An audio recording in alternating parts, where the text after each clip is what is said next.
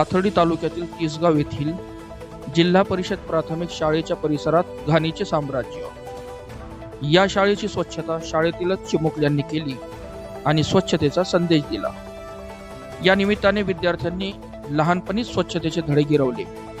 या प्रसंगी शाळेतील शिक्षिका, कर्मचारी आणि परिसरातील पालकांनी विद्यार्थ्यांचे कौतुक केले।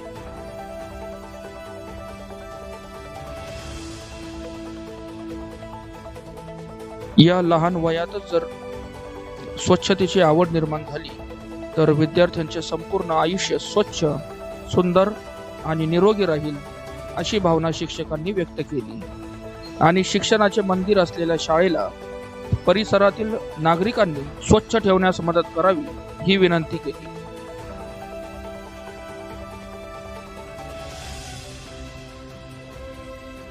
आपल्यावर होत असलेल्या अन्यायाविरुद्ध आवाज उठवण्यासाठी आम्हाला संपर्क करा आणि पाहत रहा गावखेडा न्यूज। आपलं गाव, आपली बातमी।